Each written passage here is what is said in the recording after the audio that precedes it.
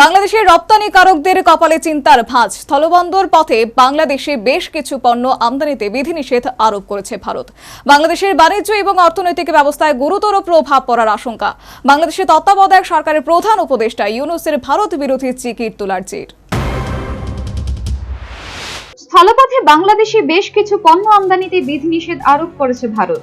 এক্ষেত্রে স্থলপথে বাংলাদেশ থেকে তৈরি পোশাক আমদানি নিষিদ্ধ হলো। শুধু ভারতের নবসেবা ও কলকাতা সমুদ্র বন্দর ব্যবহার করে ভারতের আমদানিকারকরা বাংলাদেশ থেকে তৈরি পোশাক আমদানি করতে পারবেন।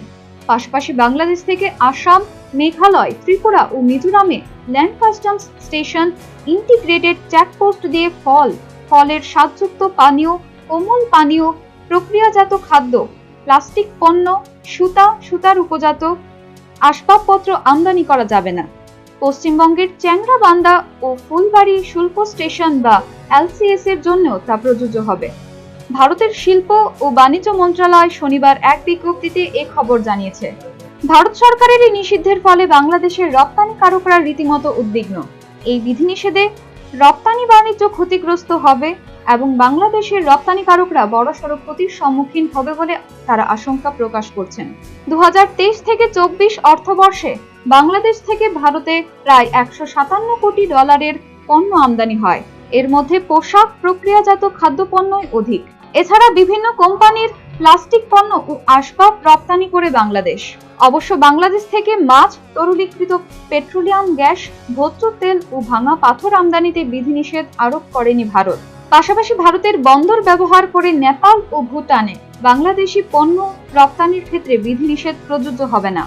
তবে ভারতের নিষেধাজ্ঞার ফলে বাংলাদেশের পোশাক রপ্তানিকারকদের কপালে চিন্তার বলিরেখা ফুটে উঠেছে। পোশাক রপ্তানিকারকদের ভারতে স্থলপথে পণ্য রপ্তানি অধিক সহজ। 3 দিনের মধ্যে পণ্য রপ্তানি করা যায়। এখন জলবন্দর ব্যবহার করে রপ্তানি করতে হলে 2 সপ্তাহ লাগবে। এতে আর্থিক ব্যয় যেহেতু বাড়বে, তাই বিষয়টি যেমন কঠিন তেমনই ব্যয়বহুল। তাতেই রপ্তানিতে প্রতিযোগিতা সক্ষমতা কমবে বলেও বাংলাদেশের পোশাক রপ্তানিকারকদের আশঙ্কা। গত এপ্রিলে ট্রান্সশিপমেন্টের মাধ্যমে নিজ দেশের বন্দর ব্যবহার করে তৃতীয় দেশে বাংলাদেশের পণ্য যাওয়ার ব্যবস্থা প্রত্যাহার করে ভারত। ভারতের central board of indirect taxes and customs এই সুবিধা বাতিলের আদেশ জারি করেছিল। 2020 সালের 29 জুন এই সংক্রান্ত এক আদেশে এই সুবিধা দেওয়া হয়েছিল। তখন বাংলাদেশ থেকে তৃতীয় কোনো দেশে পণ্য রপ্তানিতে ট্রান্সশিপমেন্টের মাধ্যমে ভারতের কলকাতা বন্দর, নবসেবা বন্দর ও কলকাতা বিমান কার্গো কমপ্লেক্স ব্যবহার করার সুযোগ দিয়েছিল সিবিআইসি। গত এপ্রিল থেকে সেই সুবিধা প্রত্যাহার করে নেয় ভারত। এরপর গত 15 এপ্রিল বাংলাদেশের জাতীয় রাজস্ব বোর্ড স্থলপথে ভারত থেকে সুতা আমদানি নিষিদ্ধ করে। এখন স্থলবন্দর ব্যবহার করে বাংলাদেশ থেকে পোশাক সহ বিভিন্ন পণ্য আমদানির ক্ষেত্রে ভারত বিধিনিষেধ আরোপ করেছে।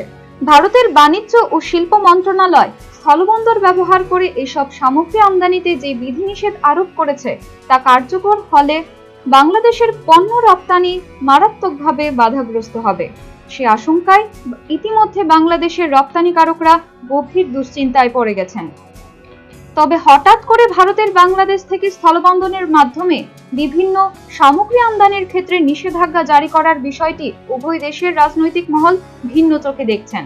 গত 5 আগস্ট তৎকালীন প্রধানমন্ত্রী শেখ হাসিনার দেশত্যাগ এবং মোহাম্মদ ইউনূস তত্ত্বাবধায়ক সরকারের প্রধান উপদেষ্টার দায়িত্ব নেওয়ার পর ভারত বাংলাদেশের সম্পর্ক যেভাবে তলানিতে পৌঁছেছে, সেই দৃষ্টিকোণ থেকে ভারতের বাংলাদেশ থেকে স্থলবন্দরের মাধ্যমে বেশ কিছু সামগ্রী আমদানির উপর নিষেধাজ্ঞার বিষয়টি যথেষ্ট তাৎপর্যবাহী বলে বিশেষজ্ঞ মহল মনে করছেন। ঘটনায় বাংলাদেশের বাণিজ্য মহলে রীতিমতো উৎকণ্ঠার পরিবেশ। এমনকি সেই দেশের অনভিজ্ঞদের অভিমত, ভারতের এই বিধিনিষেধের ফলে বাংলাদেশের অর্থনৈতিক ব্যবস্থায় বড়সড় আঘাত আসবে এবং এবার শুকিয়ে মরবে বাংলাদেশ। এমনকি বর্তমান সময়ে বাংলাদেশে যেভাবে ভারত বিরোধী জিকির চলছে, এর বাণিজ্যিক প্রত্যাঘাত স্বরূপ ভারতের কূটনৈতিকভাবে বাংলাদেশ থেকে স্থলবন্দরের মাধ্যমে বেশ কিছু সামগ্রী আমদানির ক্ষেত্রে এই নিষেধাজ্ঞা বলে বিশেষজ্ঞরা মনে করছেন।